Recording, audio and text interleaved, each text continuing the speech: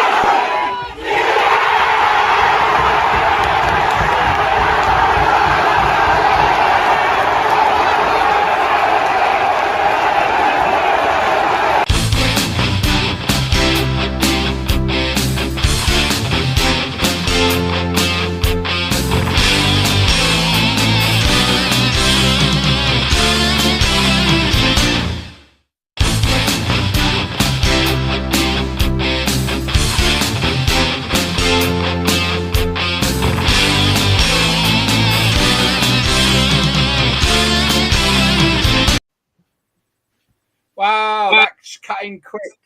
Well, we're back. We are back. We've had our summer break.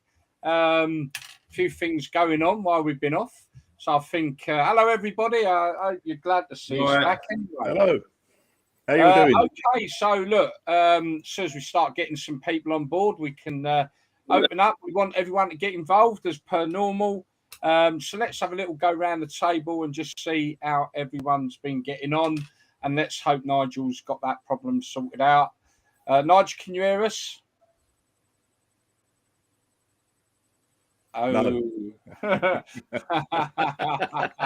Oh, the joys of being live. Nigel, can you hear us? Thumbs up. You can hear us. We can't hear you, mate. Oh, we've been having what it is, folks. We've all got a little bit rusty, and the cobwebs, we're brushing them off. We've all been panicking for the last 10 minutes because our settings are all cock. But hopefully, by the time we get round to Nigel, you'll have it sorted. Nigel can hear us, mate. It'd be better off if you just go through your other mic for now. Forget the mic. Go through what you were before. Still can't hear you, mate. Dan, how have you been? Have you had a nice little break? Yeah, I've been good, mate. Had a nice break away from this. Bit different doing this on a Sunday, which I think is a bit better. So I think it's going to be better. Yeah. So looking forward to the new season. Excellent. Greg, how are you doing, fella? I'm all right, mate. I'm all right. Yeah. Nice to have a couple of weeks off. But looking forward to getting going again, mate, to be fair. Yeah. And you've attended one of the friendlies as well. Yeah, it's a bit lively. It was a bit saucy. Anyway, I missed the other one. But, yeah. Have we got Nigel sorted? I fear not. No. Mr. Callahan is going to sort it out. He's a top goal scorer, scored some wonderful goals, and he's a great DJ, and it never goes wrong, but somehow, technically, it's going wrong tonight. Right, we're going to let you carry on trying to sort that out, Nigel. So we still can't hear you. So if you want to try and go back to just basic settings, mate, see what happens. Just quick one, Rob Stratton. Well done, the England ladies, on reaching the semi-finals. Come on, the Lionesses. We will. It is one of our subjects to talk about, the good and the bad on that one, Rob. But glad to have you on board tonight. Ben Cliff, evening, fellas. Glad to see you back. Thank you very much, Ben. Right, okay. So let's give you some idea what we're going to be up to tonight. We are going to talk about the Lionesses. We are also going to talk about maybe why there is a level of negativity amongst the men towards women's football. And does the media have a massive part to play in that? Anyway, that's one of our talking subjects. We're going to do some predictions. We're going to predict Championship, ups, downs, League One, League Two. And we're going to keep them on record till the end of the season and see how close we have got or not. I do not know. We are also going to talk about third kits. Why do we have third kits? I think we all know, but we are going to talk about that. And then we're also going to talk about the fact that pre-season has already had quite a number of naughty incidents going on around the country. And we're going to talk, is the new season, is there any let up to the resurgence of football violence at the grounds? Certainly the indicators are no, it's not going to let up. Right, okay. Have we still not got Nigel? No. Yep. We can hear you, We can hear you. You can hear you now. Yeah. We've got you. Got you. Right, folks, if you're watching for the first time, please share. Also on YouTube, if you wouldn't mind subscribing, that would be wonderful. And we'd like you to get involved, so please drop your messages on whatever platform you are currently watching the show from. You message us and we'll get all the messages, and you can join in with the show. So I think, gentlemen, I think there's only one place to start, really, isn't there? And that is with the Lionesses. You know, obviously we've had a feast of football from the ladies. Love it or hate it. We'll talk more about that, I guess. But let's give credit where credit's due, and they have made it to the semi-finals of the European Cup. Dan. I've actually enjoyed it. I know we've got different opinions on ladies football. I think this tournament's been great, and I think the women's football. My daughter played football from about the age 7 till 10, and I took up all my Sundays travelling all over Kent. It was a nightmare, but I did it because I thought she wanted to do it. It turns out she only did it because she thought I wanted her to do it. She hated it. but you see all the girls. She enjoyed it when she played, and the girls, and they love it as much as boys playing, which is great. And I think this tournament has given great exposure for young girls watching it, and it will give them the inspiration to take up football. And I think, I know there's other stuff we're going to talk about, but I think that's fantastic. And I think that they're a very good side, this ladies team, the women's ladies team. We're getting the a English bit of team. feedback from you, mate. I don't know if you've got. Yeah, I just heard that. Or anything. Yeah, but I think this England's ladies team are a very, very good side. I mean, they play some good football, and I've really enjoyed it so far. I've only really watched the England games, I must admit, not watched many of the others, but no, I think there's a lot of pluses to it for the women's game. That's my view. Okay, Greg, what's your opinion? Yeah, no, don't give me an opinion yet, because we are going to talk about the negative side that and maybe come to some understanding why.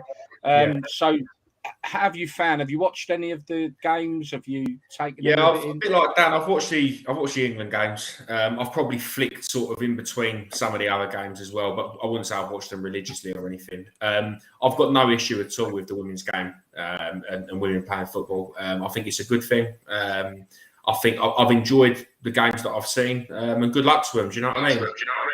I think it's a bit of a shame, some of the comments that you see, and the piss taking, if you like. Some blokes just can't seem to get it through their heads that women are allowed to kick a ball around as well as men, but it is what it is.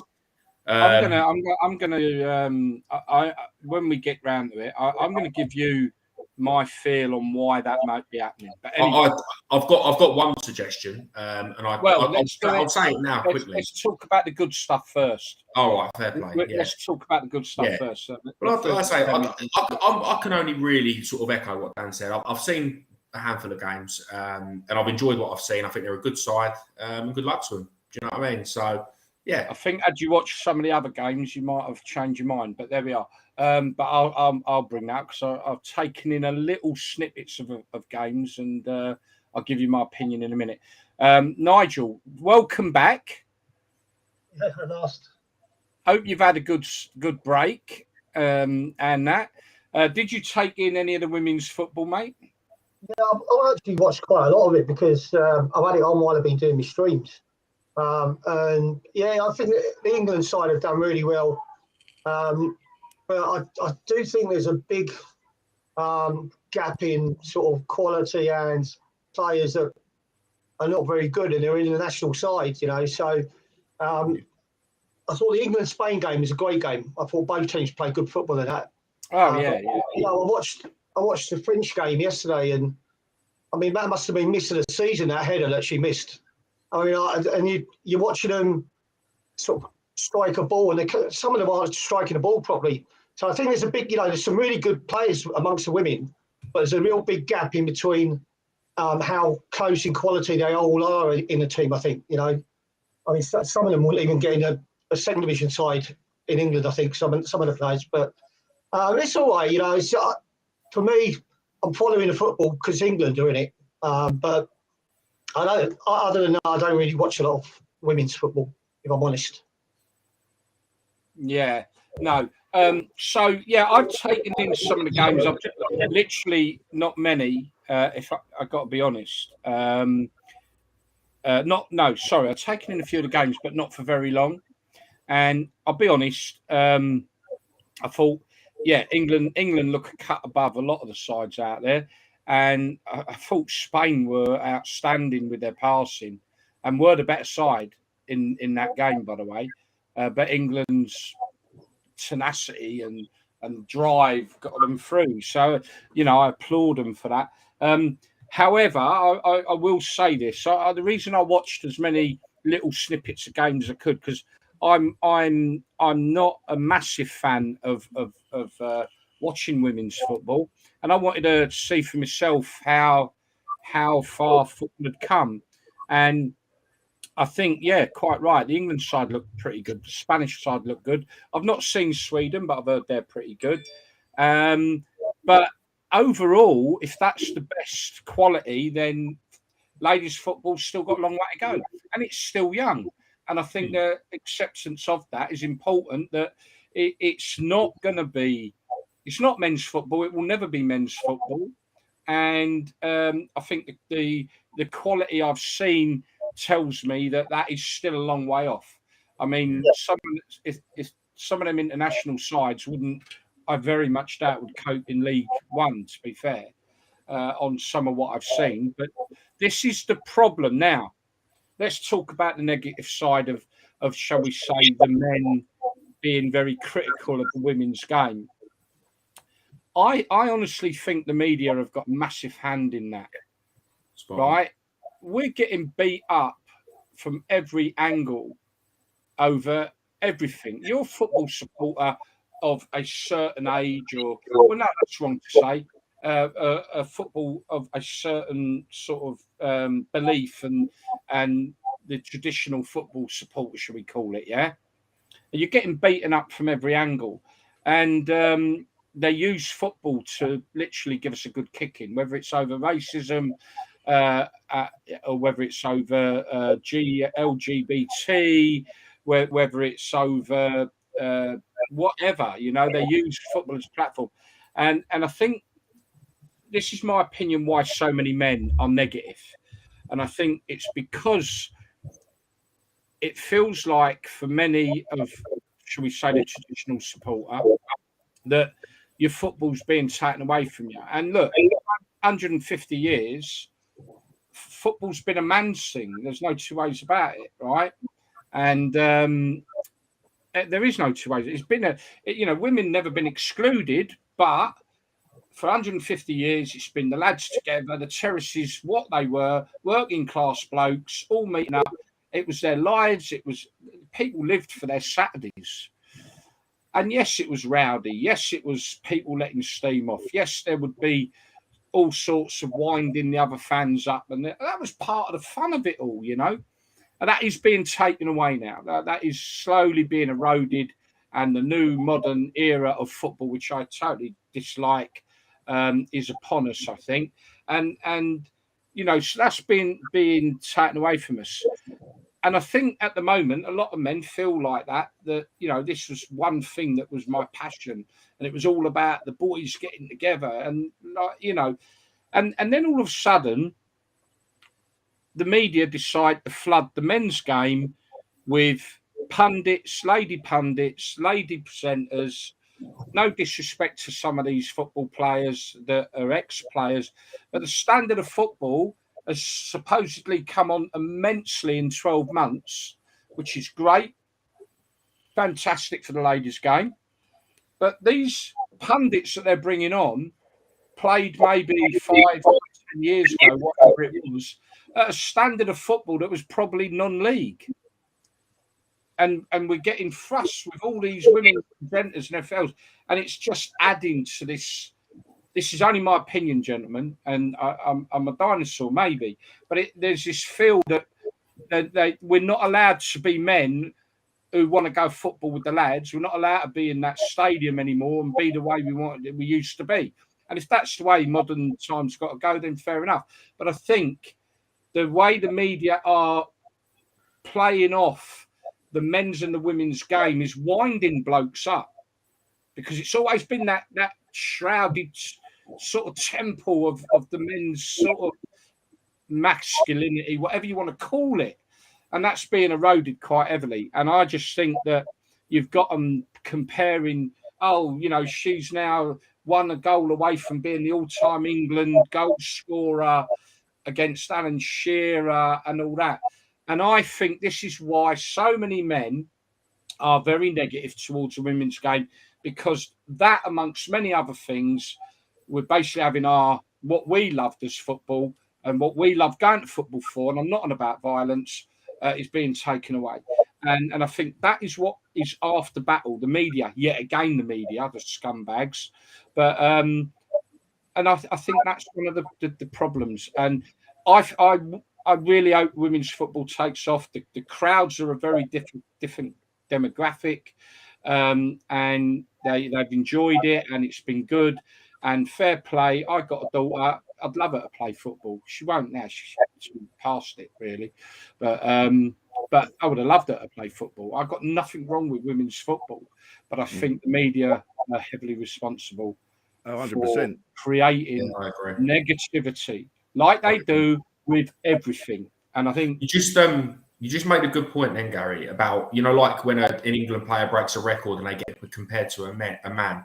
Now, in Olympics, you've got men's records and women's records, and this has always been a bugbear of mine. They were talking about that Ellen White and how many goals she scored and what player record she's going to be. But all the players they were naming were all blokes. Now, a women's record is different to a men's record, just like it would be in Olympics, just like it would be in many other sports. Why are they trying to say, this player's going to be Rooney's record or Shearer's record or whatever? That's complete nonsense. And that, for me, is like, you'll get someone like me or Dan who might sort of like defend the game and say, yeah, fair play, women, whatever.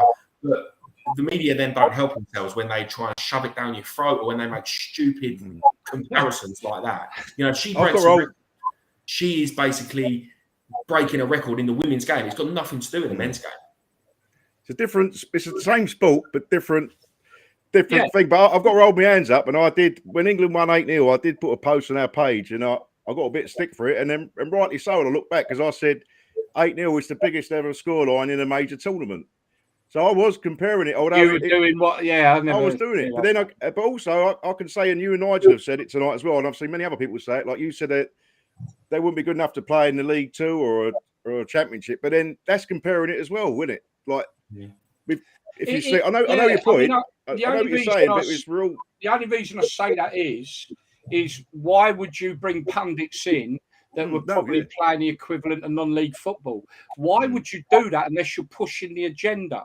And this is the problem. We're all feeling a little bit too pushed.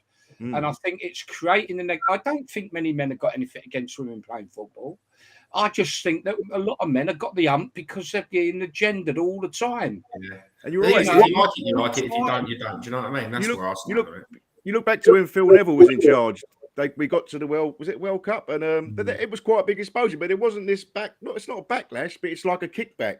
There wasn't as much then as there is now because of everything else that's going on. Like you say, they're eroding what football is. But it's I won't say about some of the comments coming through because they're no better. But look, we have. This is where you've got to draw a line between men's and women's football. Good luck to the women. And good luck, and I hope they improve their game. And I fully support women playing football. I don't have a problem with that. The problem is the media crossing it over into the men's game. There's your problem. There's your negativity. That's why it's happening. You've got a lot of people saying it's misogyny, and maybe for some blokes, they just can't stand women playing football for some reason. I ain't got that problem. I haven't got that problem, but it's just getting a bit silly. Now, quickly, you guys probably haven't seen it. About an hour ago, right? And this is ridiculous. About an hour ago, an ad came on the telly. It was on the same channel as Formula One, which I think is Sky Now TV or whatever, right? And some ladies playing Football League as men. All right, sorry. That was one of the comments coming through. And there's an ad come on, and it was women on the football pitch, and it was about men's hate towards women. You've got Kick It Out, you've got LGBT. Now you've got this thing about men hating women, and they brought this thing out. And they had the Liverpool skipper, what's his name? He was on it. A load of men's football players. Henderson. Mate, what made me fucking really, really nearly fall off my chair was this woman bends over on the football pitch, stands up, and she got claret round her crutch, making out it's a period. Why would you put that in an ad? What is wrong with the media? Yeah, no. Honestly, if you see it, you're going to die. It is absolutely ludicrous. Woman bending over in white football shorts on a football pitch, back up, claret all round her crutch. What's that all about? And they wonder why there's negativity. Yeah. And again, they're now pushing another agenda through football about men's hate for women. There's always got to be an agenda, let's be honest. Yeah.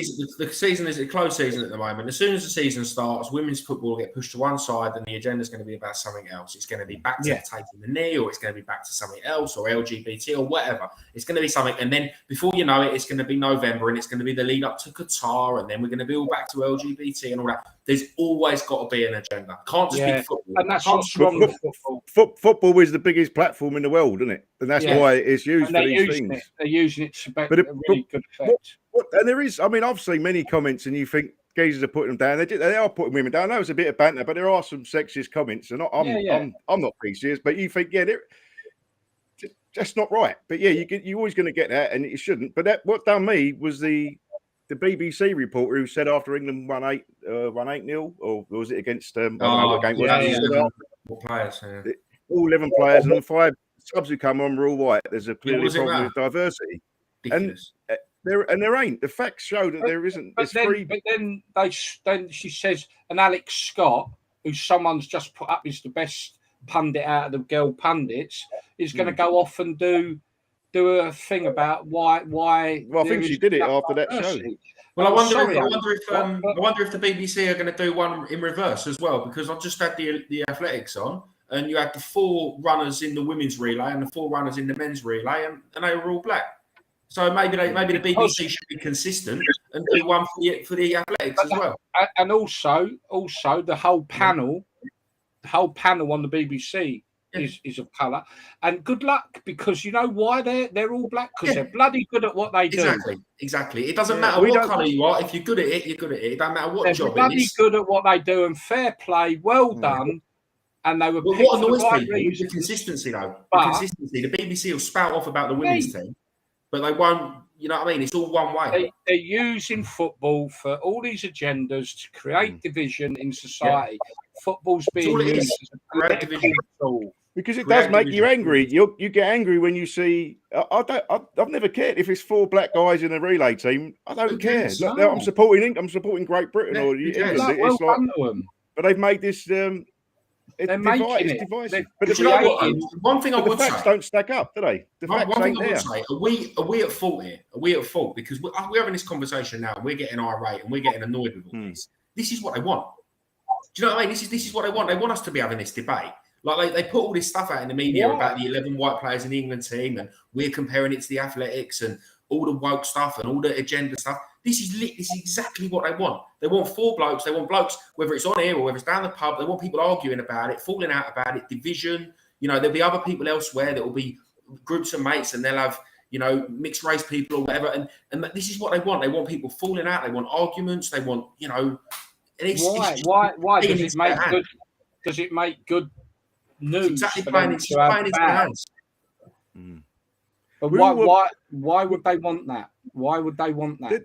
They're trying to do it for a good reason. We all want equality. We all want everyone to get on well. But they're doing it the completely wrong way. They're making it. And I know plenty of black guys. I know it's an old cliche. I've got black mates, but I have. And they don't. They hate all this stuff. They can see what it's doing. They're not. They just think it's like people look at. I think you know we well done to the women. Let's put it that way. Well done to the women. Good luck to them. Let's hope they win it. Let's hope women's football can develop itself. I have always had a warning about the only fear that I have, and I think maybe again, and I've said this on other shows, is I worry about the day will come when the money or the finance required to run women's football is going to be that can't be. I mean, men's football don't even fund itself. Do you know what I mean? Most clubs are struggling, and that has to be. That's the worry I've always had about the women's game needs to stand on its own 2 feet. You know, and as long as it does that, and we get the support behind the women's game, get the sponsorship. The worry for me is they get like their male counterparts, and here's me now comparing, and they get greedy bastards like these players who earn more money than the whole country does in a week. Will the women go down the same road and start wanting more and more and more? Because that will put the burden onto the men's game, because there's no way for a long, long time the women's game would ever finance that. And I'm sure the women know that. It's open pray. It doesn't get, because it ain't so much the player, it might be the agent. And we all know, even down at Billericay, I was told that all their girl players all got agents. They've all got agents. It's starting to move in that direction, you know. I think it's like it's anything. It's driven by market forces, isn't it? Football. If you can make money from it, they'll get paid the money to do it. But like FIFA or UEFA have announced they're losing. It's going to lose millions this tournament, millions and millions, and they're going to. But they put the prize men out to 13 million or something for the winners. But the tournament's going to lose tens of millions of pounds. I've seen that, yeah. But I do get the counter argument. Well, you've got to invest in it to make it better, and I do get that to some respect. But to lose millions and millions isn't. And then the men's game, obviously UEFA, they're going to subsidise money from that to put into that. I mean, the men's game can't afford itself, let alone afford to subsidise that side of the game. You know. That's why they've got to. I keep seeing it. Let the game grow organically. Let the like men's football has. It's taken 150 years to get where it is. Let the women's game grow. Let it grow. Let it finances come in. Barclays are putting £30 million in over the next 2 years, which is great, into women's football. And they do other football. Barclays Bank have put in, I think it was £30 million into women's football to grow it and facilities and make it accessible, which is great and all. But I think it's. I mean, we're four men here talking about it, so you feel a bit sort of hypocritical. But I believe what we're saying is right. Obviously, what do you think, Nigel? You haven't said nothing for a bit, mate. No, I was just listening to you all. I was actually speaking to Greg the other day because obviously his women's side got promoted to one of the top divisions anyway. And I said, "Have you signed many players?" And he just messaged me and said, we played West Ham the other day and lost. I was talking to Paul Konchesky, who's a women's manager, because he used to play for Billericay. And he said, the Japanese girl that West Ham have got is on 150,000 a year or something like that. And he said, he spoke to Beth England and offered her the same amount. She signed for Chelsea for 350k. So, he was saying to me that the women at his club have got agents. I mean, I know. How can you have an agent when you're at that standard of football? It's ridiculous. I've got a point, and this is where what we're coming to. We're beginning now, I hope, and people watching. I hope there's some women watching, because I don't think this is a hatred towards women. I think this is a defence mechanism within men about. Leave my game alone, and let us be what we are. And this is a great example, because West Ham played Man City in the FA Cup semi-final. They couldn't even half fill Dagenham and Redbridge for an FA Cup semi-final. Man City versus West Ham. Because I clicked on, I watched it for 10 minutes, and the ground weren't even half full. How can that? How can?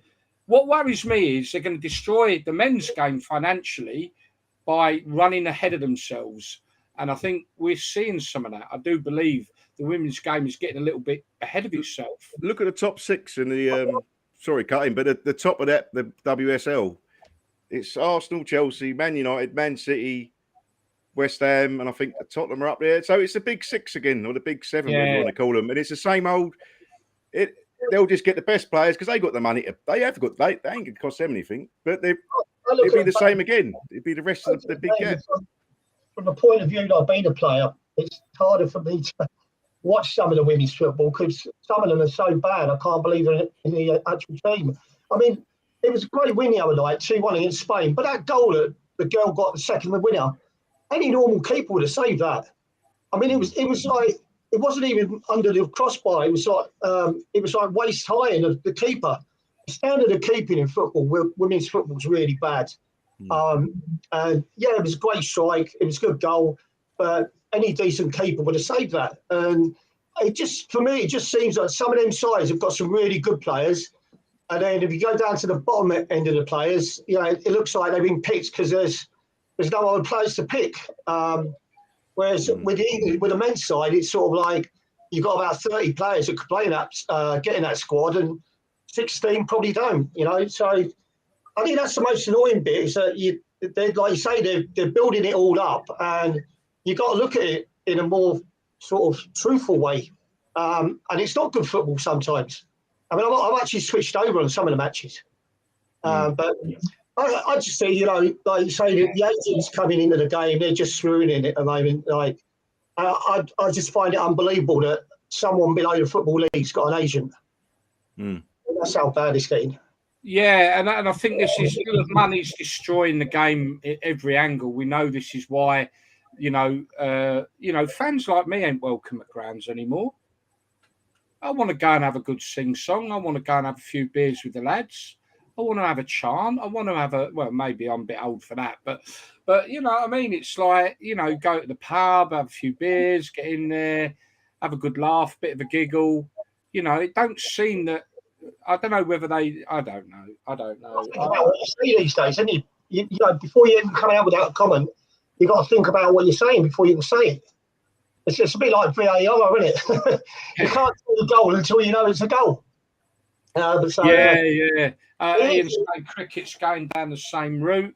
I've seen that. By all accounts, it's football's fault that cricket's got a few rowdy lads. Well, I'm sorry, I've seen every cricket game that England play for the donkey's years is full of football fans, but they support England cricket. And now all of a sudden, there's loads of football fans coming. No, they've been coming for years.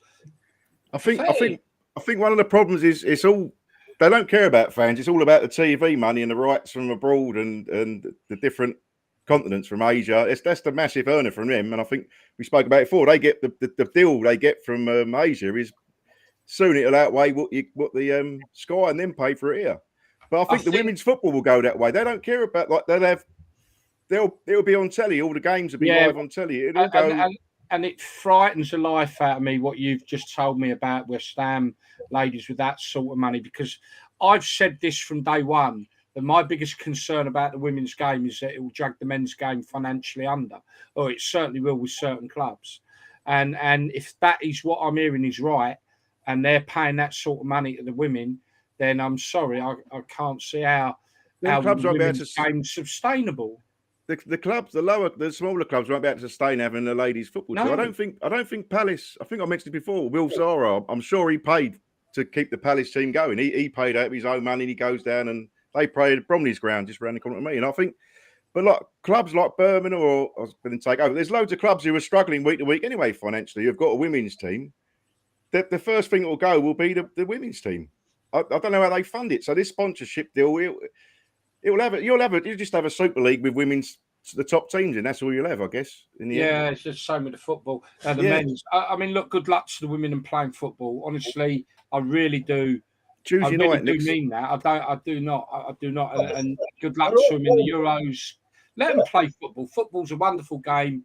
It's been part of my life, and I hope they get out of football what I did, because I'm not saying I get it anymore. But, right, listen, we're going to move off that. So many comments.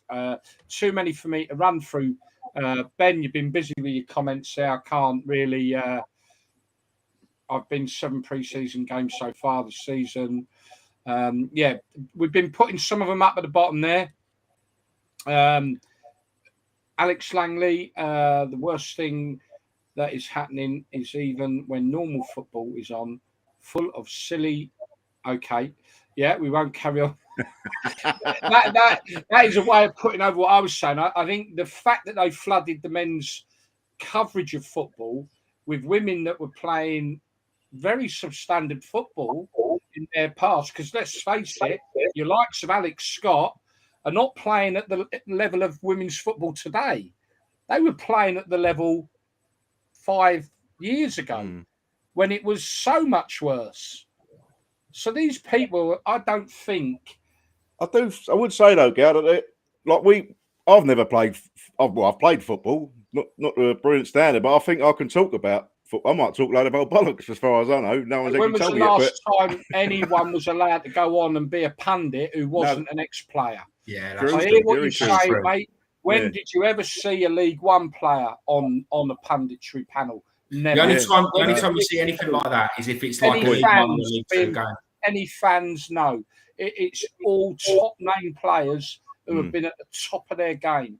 So Usually I hear robotic, what you're saying, no idea. but I really don't. I don't agree. No, I agree with what you're saying. I do agree with It's it. so unfair that there are so many people. You're quite right.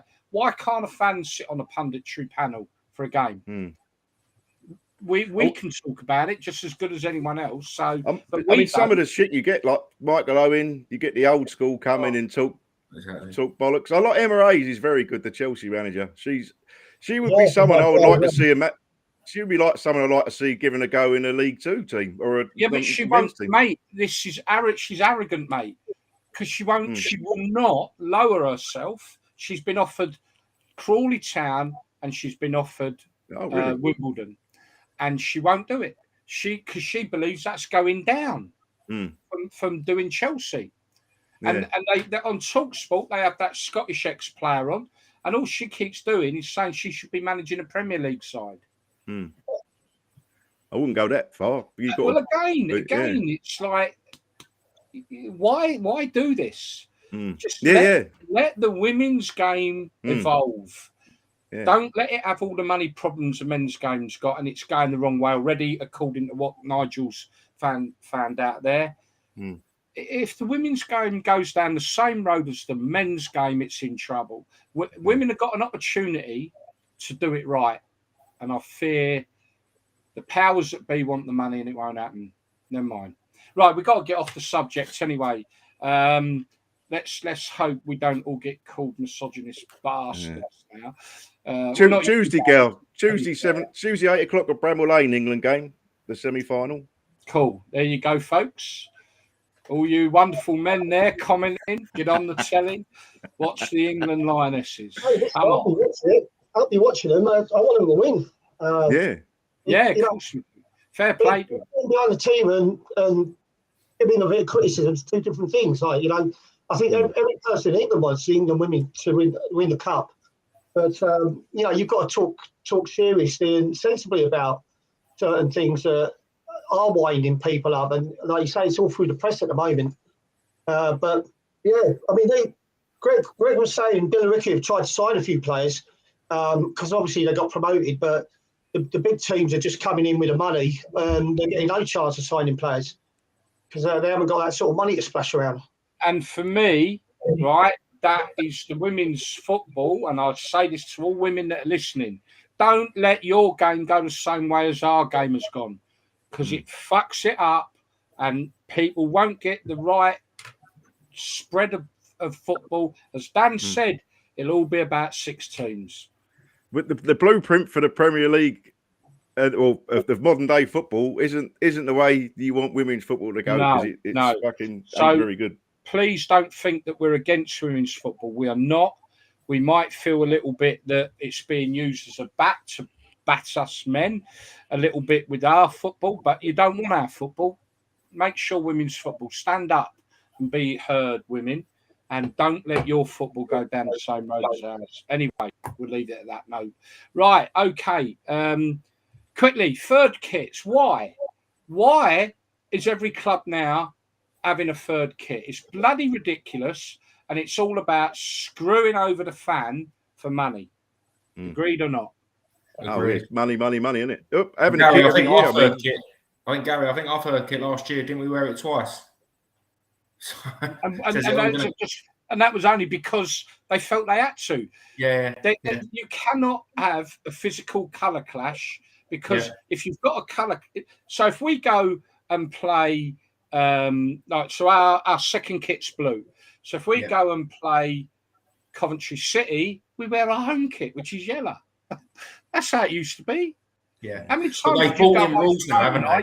I don't know about the EFL, but I know the Premier League last season, they had a rule where nothing could clash. So like if two teams had white socks or white shorts, you literally could not clash in any aspect. So just have a different colour pair of shorts you can wear. Yeah, it's mad. I don't know if the EFL is the same. But for example, if the EFL is the same, we play Luton next season away, we obviously aren't going to wear yellow because they wear orange. So we're then not going to wear blue because they wear blue. Why? We always used to. This is modern day, isn't it? It's modern day. So it's bullshit. It's more money to pay these greedy bastard players. But what I'm saying is they have actually brought rules now as well. Like they basically stiffened the rules on kit clashes and all that. But I think that is obviously more generated to make the money. Do you know what I mean? There's only one reason for doing that. It works in the past, so why change it? Nigel, how often did you say when you was at Watford? How many kit changes did you have in your time you was there? How many years was you there? How many seasons? I think we had the yellow shirts, and then we had a white. I think we had white with black and red or something. We did have 3 different kits. Would you keep the same kit for the next season? The same home kit? Would you change that? That'd be like every 2 or 3 years, wouldn't it? Years, didn't it? It's more or less, yeah. We didn't, like you say, the colour clashing thing never happened back in our day, because if we wore white socks and the other team had white socks on, it wouldn't be an issue. It was basically so long as the shirts didn't clash, really. Listen, mate, they change the designs every year and they change the kit purely to make money. Yeah, it's not like they're 20 quid a pop, is it? Some of them are like 70, 80 quid a pop. Yeah, some about 100. 100 quid, the match day ones, which are like the finer cut. I look like a sack of potatoes in one of them, but they're a lot of finer cut. But they're 70, 80, 100 quid. I don't have the problem with football kits these days. I'm too fucking fat, mate. I must admit, I haven't bought one since I was about 10. They do these big reveals. They do these big reveals now, don't they? The big reveal. There's all like a video of it, and it's all. I must admit, I couldn't wait for Palace's new kits to come out to see them. I was excited by it. I'm a bit like that. I'm a bit like that. I look forward to seeing the kits and seeing what they're going to do. But the last couple of seasons, Greg, you must have thrown up when you see them. I'm not being funny. They were horrible. I thought they were horrible, but this year's one I really like. Yeah, I agree. Yeah, but are you going to go out and spend 55 quid on it though? That's the thing. But the point is, it's having that third kit. Why? Yeah. No, I know players back in my day would have refused to put on a pink shirt. And some of these kits are pink. And I know players that would have refused to go out in a pink shirt. That's how it was back in them days. Mate, you get a 10-year ban from your club if you did that now. Yeah. Is it Leicester? Did they have a pink away kit last season, I think? Yeah. Leicester. When did replica shirts become a thing, though, in for people wearing a replica shirt? Was it 80s, early 80s? Yeah, I think in the 80s, I think in the 80s, the replica shirts were a thing. Yeah, I had one. 70s, I had Nigel. My first ever one was the old Watford one with the black and the red pinstripe down the arms and the collars. Remember? Fucking hell, that about 1970 bloody 8 or something. Just on the subject of kits, right? You know, have you seen in the media and obviously like what they're trying to do about like all the gambling sponsors and getting rid of them? What's your opinions on that? Do you care? Do you think they should be getting rid of them? Is it a big deal or not? I don't think it's going to make any difference to people who gamble. No. I don't like cigarettes was a bad one. That's gone from everything now, and it motorsport. Yeah. But it's only, I think, betting. I mean, is alcohol going to be next? Is that already been done? Well, it's all heading towards our sterile future, where you'll all dress in white and you'll all get picked up at your door by driverless cars, taken to your job, brought back. You won't get paid, but you'll be provided with food. And you'll have some form of entertainment. You're about to go and watch a football match, but you have to sit there and say nothing, and then they'll come pick you up and bring you back home. So I'm taking the piss, but I bet I ain't far off. We are going down this road of some betting industry though is the betting industry is massive. I mean, are they going to stop Stoke City? Yeah. Stoke City's owned by a 365 fella. Well, that's it. Where do you draw the line, right? So where do you draw the line? On Sky Sports, they're saying they want to scrap all betting sponsorships on shirts. But if you do it on shirts, Stoke will have to change the name of their ground. You know, you're going to have, you know, you look at a live game, they have all the hoardings with betting sponsors on. You know, it's not just as simple as take the sponsor off the front of the shirt, is it? But you get some fans that they have a complete meltdown over it. Like I've seen the Watford fans. We've released a kit and we've got okay, it's an ugly sponsor, don't get me wrong, it says steak on the front of the shirt. But you've got 50, 60-year-old grown men going, I ain't going to buy that shirt because it's got that writing on it. I want a plain shirt. And it's just like, is it really that much of a big deal? Do you know what I mean? Like, we all like a plain shirt because it looks nicer. But whether it's got, I'd rather it have steak on it than have Aldi on it. Do you know what I mean? Like, you know. I went to the Elton John concert the other week. Yeah. He had a little speech at the end towards the end of the concert, saying that he wants to get involved with the club a bit more now that he's sort of taking his foot off the pedal a little bit, and he wanted everyone to get behind a new manager and behind the team. And he says, "I hope the team show a bit more fucking passion than it showed last year." I know. I see that. Brilliant. That was a bit of a rocket man, wasn't it? So you know, I mean, Gosling. He's basically turned around and said it's the worst changing room he's ever played with. Attitudes are atrocious. But just a few comments coming up that are quite funny there. Ian L says, "Yeah, we'll all have to have the same haircuts as well." Well, Ian, I'm not sure unless they're all going to be shaven head. That one might be difficult. Simon remembers getting Palace kit in the 60s. Gary Harris Phillips is going to play for Man City when the football season starts. Yeah, it is Dan Slauson. The adult kits have a Bet365 on them. That's Stoke. Yeah, the kids don't. Yeah, St. Palace had that. We had some. Yeah, it's a good question. Sorry if we're missing some of your comments, folks. There's so many coming through. It's a very good question, Greg, to be honest. I mean, I just... I thought while on that subject, I'll bring it up. Yeah. What's the odds on them stopping it, do you reckon? I don't know. We'll open the book. We're going to struggle to get through something quickly. Under 12s are going to not be heading in football matches next season, is it? I don't know where that's going to go. I don't know where football can go if you take heading out the game. What's that? Oh, heading. Sorry, under 12s. Yeah. So basically, under 12s in this country will be playing football. So it's really like, may as well not do overhead height, had they not? And just play 5-side. It don't really matter. I mean, like, depending on what part of the what position you're playing the pitch, you know, you're centre back or centre forward, you're probably going to head the ball far more times than the other players in your career. So all this, you know, dementia stuff because they're heading the ball, it's part and parcel of the game, right? Yeah, it's an hard one to argue. They're talking about health of youngsters and all that. But my argument back at them would be this about this heading thing, because I know this has been a subject going on now for a while, and they're obviously now doing it where is this the beginning of the eradication of heading in football? Because this could well be. Start under 12s, in 12 years' time, there'll be no heading. Anyway, my question would be this, I guess. How many of them players, and look, dementia's an awful, awful disease. It really is. And how many of them players would have got dementia anyway? Because it affects so many people in this country, in every country in the world. So there will be a percentage of players that will get dementia regardless of whether they've been heading a ball. So there's that element. The other element is a lot of these players that are now suffering, mate, them balls must have weighed a lead ton. Yeah. What are they like? It's a feather these days, isn't they, the balls? But I've heard this, that you're right, they are, but there's a scientific evidence that shows that it's the impact. These new balls fly a lot faster, a lot quicker. Right. So it's the force that hits you on the head. So it doesn't make a difference. And I know Ben's just said here, look, I work in a nursing home, 75% of patients have got dementia. None of them are professional footballers, which is a fair point. I think it's early onset. A lot of, like, there's been like a 43-year-old guy who's got it. And there was definitely a connection. They proved it. But I just think they've cut him down. When did you mostly head a ball, Nigel? Was it in training? Nigel?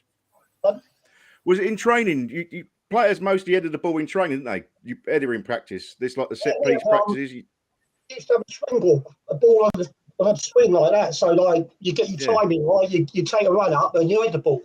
Yeah. But again, like sort of, we used to train every afternoon apart from Fridays.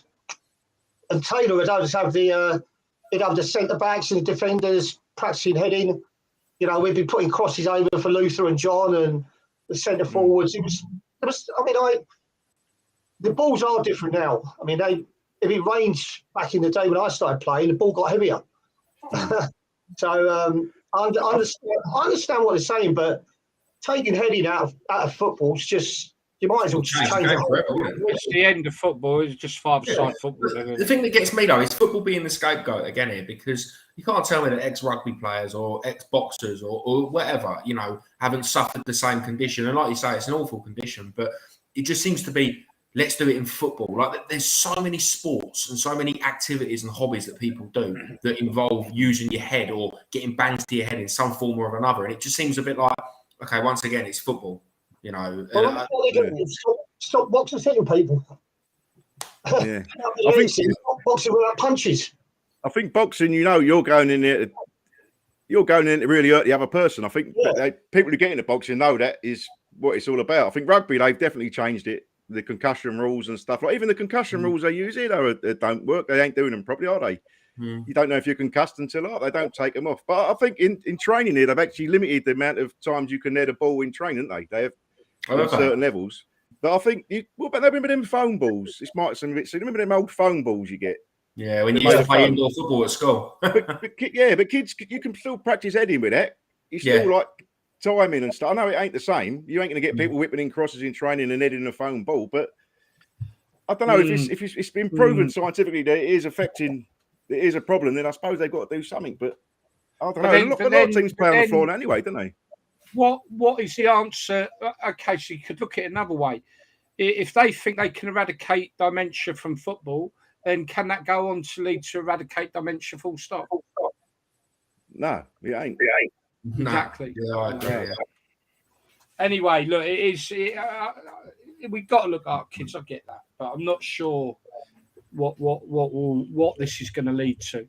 If you're going to stop it at under 12 level, does that mean in 10 years we see no more football as we know it? I don't know. Anyway, they're talking about all sorts of things. Body cams on players. There was a game against AC Milan and FC Cologne, I believe. They called it some sort of initiative game or something. And the players all had body cams. You could hear what they were saying. And on the telly screen, you could bring up the stats of that player, how far he'd run and all this. You end up with football, the way they're going to go with this, you're going to end up, it's going to be like watching Football Manager. They're picking it apart, aren't they? The people just picking bits apart, you know. And they're sucking the life out of what was an institution in this country. And it sort of goes back to what I'm saying about maybe men and the fear of their what has been their life taken away from them, hence why some of the negativity may be coming through. But that's why so many How did you people do that now, they're without sick your and tired of, lips? listening to, how can we change this? What can we Yeah. do here? So, Don't one you? day Ain't it's broken, Arsene don't- Wenger, one day it's Arsene Wenger saying he wants to bring this in with FIFA, and the next day it's Sky Sports saying they want to change this. Then it's the heading of a football. And I think, you get so many lads now, we'll probably get onto the topic, but, like non-league football. You go down and watch your local non-league football team. None of the blokes who come and watch that are there talking about these subjects. They're just there having a beer on the terraces, watching a normal, good, good sort of feel game of football with no dramas, with no one telling them what they can and can't do. And that will only sort of, while all this is being spoken about, whether it be serious subjects like dementia or the less serious subjects like the woke stuff and the pandering and all that, then that side of it's only going to grow. People are going to think, I've had enough of this. I'll be honest, yeah. Bobby Moore behind me. When football was football. I said to Dan the other day, and this is not very good for our show, but I really am struggling to feel football anymore. Do you know what I mean? I'm really struggling with it, and it breaks my heart because it's been my life. I'll be honest. I'm in a position now where when I have these conversations, I think to myself, yeah, do you know what? I agree. But then there is a part of me that thinks, hang on a minute, season starts next week. I'm buzzing. I've got a ticket for West Brom away. I'm looking forward to coming down for Burnley. Well, you do live round the corner. So. Yeah, well, I'm coming down for Burnley as well, to be fair. So I am making the effort to travel as well. But we haven't asked you. Do you know what I mean? Greg, but I'm looking yet? forward to it. But I know that as soon as I get to these games and, I'm getting told to sit down, I'm getting told not to do this, not to do that, I'll be going, all right, yeah, that's why I've been having these conversations. Do you know what I mean? We haven't said yet, have we, about Greg? Greg's a big Stourbridge fan. Well, yeah, I follow him. Yeah. But you're one of the people who has started going following non-league, aren't you? As well as Yeah, being when a I can. championship. I can. Yeah. See, they're one of many people who've done it. Yeah. You can't take the love for your club, born and bred club. You can't take the love You'll never lose out that. of anyone for that. But unfortunately, what you will see, and I will say it, and I know for a fact there's so many traditional fans that don't go football anymore. They've stopped going. There's so many fans, and that's what they want. Unfortunately, they don't want us there. We've had this discussion. Karen Brady, when she told a friend of ours who sits on the directors as a fan representative, they don't need the fan. They don't want the traditional fan at West Ham. And it's been, and that's how you feel. And when you put people in a corner, they tend to lash out. Coming back to, again, our original discussion, I think a lot of what the negativity against women's football is people lashing out because they're being put in a corner from the. I mean, I don't think the people in the ivory towers, the modern day football supporter, and a lot of the fair play to the women who now get involved in football, they will never ever understand the passion and the way football has dominated a lot of people's lives. And that ain't just men, by the way. There's women have always never been excluded from the men's game. They've always been involved. There's always been women around football, and they get enthralled into it just as much as the men do, some of them, But they never understand that. And when you hear so much bullshit on these media platforms, Talk Sport is one of the worst for it. Yeah. The way they talk about fans, the old school fan, it's like you're scum. But they're crippled, girl. They're crippled. The Talk Sport, your Sky, all the big corporations, people, BBC we know anyway, but they have to follow on with this journey, because if they spoke out about it, you'll get feedback. You'll get the small minority shouting out against them, so they just got to carry on. Whereas we can do this show and say what we like, because we ain't. If we get shut down, we get shut down. But do you know what gets me on that? Just one quick point is obviously talking about Sky and Talk Sport and the way they are and their agendas, and I agree with you. But then you've got Talk TV, and I don't know if you boys have seen it. Obviously, it's away from sport, but it's just news. The way that they talk about the news and the interviews they do, and the people that they have on there, is completely different. Completely different. Yeah. And you think they're part of Talk Sport. So why is Talk Sport so far the other way when Talk TV are like bloody what they are, But that's like that's an echo chamber for the news, isn't it? And you get the other new LBC like the other way, aren't they? With football, is like a whole thing, and everyone they don't want to upset. If on this football channel, they don't want to upset different parts. The wonderful, but no, you're right. Good point. Football that we grew up loving, watching our players, like watching Nigel and all that. The passion, living for your Saturdays, literally living for your Saturdays, you know, and that is being completely taken away because, as you've said already, football is a huge, probably the biggest platform for people to drive agendas on. And they're having fucking the Qatar World Cup. And we're in the way. We're in the way of that. And that's why we suffer. Right, look, we're going to run over a little bit. Could I just say, Gal, sorry, mate, the rule change, the best ever rule change was the back pass, wasn't it? That was the only one I can think of that was any good. Yeah, that was good. That was good. They're still going to go on about kick-ins instead of throw-ins as well, but we won't talk about that today. Right, listen, we've got couple of subjects, 2 quick ones. We won't do full predictions because we are running over. We'll just do the championship today, yeah? So we'll do championship predictions today and then we'll do the others next week because we probably knew this was going to be a long one. Right, so let's quickly rush on. Just your opinion, guys, on this one. I think this could be really good for non-league football. The World Cup has a positive in my view, and that is the fact that all the top teams won't be playing for a month in November, December. I think the non-league football will have a windfall for that month because fans would flock to the non-league grounds and they should see their attendance is double. So fingers crossed. Do you agree that we think non-league football?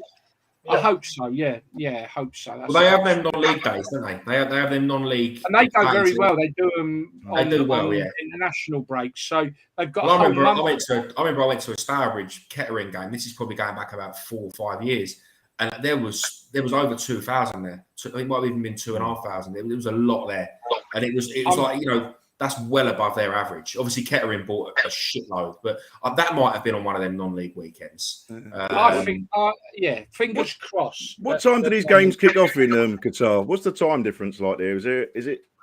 I think it's 1 in the afternoon. 3. It's not late. It might be like 1, 3, 5, and 7 or something like that. If the game's on in the afternoon in the World Cup, that's going to stop people going to the games. What you're on about? Yeah. But they're going to stay in and watch the World Cup, aren't they? But are they going to be on a Saturday?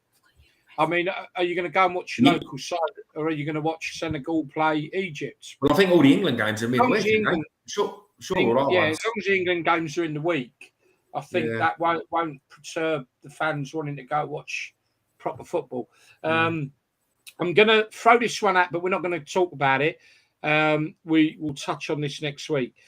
Already, and I know you've been to one of the games where the disorder has happened. Already, we're seeing a lot of crowd disorder at pre-season friendlies, and it don't look like there's going to be any let up from last season. Even though I know the powers that be have been implementing tougher sanctions, but certainly the season's starting a bit rough and ready again, isn't it? Yeah, it seems that way. I think, to be honest, I think the Stourbridge House Iron one, I think it was more handbags than anything else. A lot of kids, you know, half terms come around and they've just all got a bit lively. You know, I think what it is people see a few smoke bombs and they you know get all upset about it. There was Blackpool, Southpool. That kicks off as well. Rangers Spurs kicks off Saturday. Anyway, something for next week. Okay, let's do championship predictions because we said we would, but it's 7:05, so we'll just do the championship and then we'll do the rest next week. Let's start with Daniel. Hello, yeah. Well, championship. I've got down champions Norwich. I think there is a big gap. Norwich are a yo-yo team, aren't they? But I don't think they've sold many players. That's because they never bought players to stay in the league. No, that's true. Yeah, that is true. They do it deliberately, mate. They're I'll be honest with you, they're a disgrace. Yeah. They are. Norwich are a disgrace, mate. That's how they operate. How do the fans put up with it? I don't know. But saying anyway, that, girl, and that's how a football club should be run, really, shouldn't it? Is it really? Well, is it? If they're just trying to rank. Would you want that for Palace? No, I wouldn't. I'll be an hypocrite. There you I wouldn't. No, but I'm saying it goes against. Yeah. Right, moving on. I fancy Middlesbrough to go up. I think West Brom and Middlesbrough I think could be the dark horses, and not even dark horses, but I think West Brom with Steve Bruce. To go up. Two to go up. Sorry, Norwich and Middlesbrough. I put Norwich and Middlesbrough, and then your playoffs. I've got West Brom, Swansea. I think will have a good season. Watford, I put in there, and I think Sunderland will get gone from getting promoted last year. But all right. Can you send me them so that I can put them on record for the end of the season? Right, Greg, go on. Has Dan got to do relegation, or are we coming back to that? Oh, relegation. Oh, relegation. I've got Bristol City, because I think they're in a bit of a bad way. Rotherham, because they go up and down a bit, and Birmingham. I don't know if they've been bought out yet, but I think them three will be mine to go down. They're not getting bought out by Bassini anyway. No. And after that video you sent me, mate, that nearly made me throw up. But anyway, we'll say no more about that. Oh, yeah. Right. Right, okay, cool. We're all so far very similar. Okay, Greg, let's see what you got. So top two, I've gone Watford and West Brom, no order. It sounds a bit petty, but basically they're the two teams I want to know the most about. So Watford, obviously my team, and I think if we do the right business in the next few weeks, we should be up there. And West Brom, obviously I hear a lot about West Brom living up there. They've made some good signings, they've made some early signings, and I think that because of the parachute payments and that, it's sort of a shit or bust moment for them. So I think they'll be up there. Yeah, okay, and playoffs? Playoffs, I've got Norwich, Middlesbrough, Stoke and Sunderland.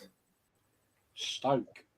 They signed Dwight Gale. I think he'll get goals, and I think they made a few other good signings as well. So, yeah, I don't think it's a strong league, mate. I really don't think it's a strong league. So no. I must admit, looking at it, it's a bit of guesswork. But okay, going down. Huddersfield, Wigan and Rotherham. Now, Huddersfield's a random one, but their manager's walked out. They've sold a lot of players, and I think they're in a mess. And I don't think it takes a lot to get relegated in that league. Okay, cool. Nige. Yeah, it's tricky. I mean, I think Watford, if they get a good start, I think they'll be in the promotion playoffs. I've got Brady. I've got Sheffield United down to win the league. And Watford and Burnley in the playoffs. Along with, I don't know. Burnley. Yeah, I think Burnley will be up there. I think they'll be up there. I think West Brom will be there again. Yeah. I mean, I'm looking at the odds here on now. It's got Luton down at 20-1, but Luton. You can't do gambling companies on here. Or tip Luton, you fellas. Luton's performance last year, they played pretty well, even though I don't like them. So, I think if they bring that to the game again this year, I think they'll be up and about. Yeah. I had Luton in mind and took them out of the playoff positions. I've got Luton in mind. Yeah, good manager. I'm not sure. But the three to go down, I'm looking at Rotherham, Birmingham and Blackpool. I think they'll struggle them three. Cool. We are all... It's who gets out of the traps first in the Championship. Guys, can you make sure you just text me over these predictions you've made so we can look at them at the end of the season? I'll text them over at the end of the season. Yeah, it'd be interesting. We are all very much singing from the same hymn sheet on a lot of it. So mine are Sheffield United, like Nigel, and I've got Norwich, like Dan. I think they'll go up. Playoffs, I've got Watford, West Brom, Middlesbrough, and Blackburn. So I've got Blackburn. Going down, I've got Birmingham. I've got Rotherham, which Rotherham, all four of us have had. And I've put Luton, which is wishful thinking. If I wasn't, I nearly did as well, to be fair. If I wasn't such a biased prick and want Luton to go down, I would plumb for Reading to go down. Yeah, it's not a bad shout. I had them as a playoff team, but I took them out, Reading. I know Paul Ince is there, but I don't think he's got a very good squad at all. So that's no, that's what I took them out. It's a really difficult league because I think you're right. I don't think the quality of the league is great. When we was down there last time, I know it was the COVID season, so it was all behind closed doors. But we had like the best home form out of the whole Football League, didn't we? And I think watching some of them games, they were dreadful. And don't get me wrong, I know it's different with the full stadium, but I mean, it was the standard was shocking. The Championship used to be formidable, and the last few seasons, I don't think. Is that because of the drain of the Premier League having such big squads? Potentially. But that's why, for example, I think that Sunderland, when they come up, I don't think it's going to take much for Sunderland to be up there. You know, top 6, top 8, I really don't, you know. Millwall ain't a bad side either. They've made some good signings. Yeah. Even QPR not a bad. There's some. It's difficult.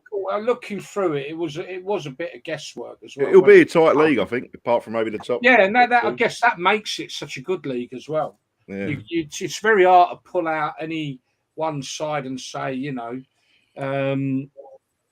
okay, look, we'll do the others next week. So we'll wrap up. If 4 of you can stay on once we finish, just say thank you to everyone. Lots and lots of posts there. I hope we've not offended the ladies' game. That was not our intention. Our intention was to try and get to the bottom of the negativity. And I hope that in some ways we've got to the bottom of some of it, why it might be occurring. Well, let's do it again next Sunday. Mike Howe was on too right, Dan. I don't know what that was about, but there we go. As when I was saying, I had black mates. Mike's, as you know, Mike well, didn't you? Oh, I know. He's a lovely fella, mate. Yeah. It is such a shame that I mean, we shouldn't talk about his football, but I hope Mike's still listening because he's a lovely guy, and it is such a shame the way society and everything is going because we are all getting fucked over by the people in the ivory towers.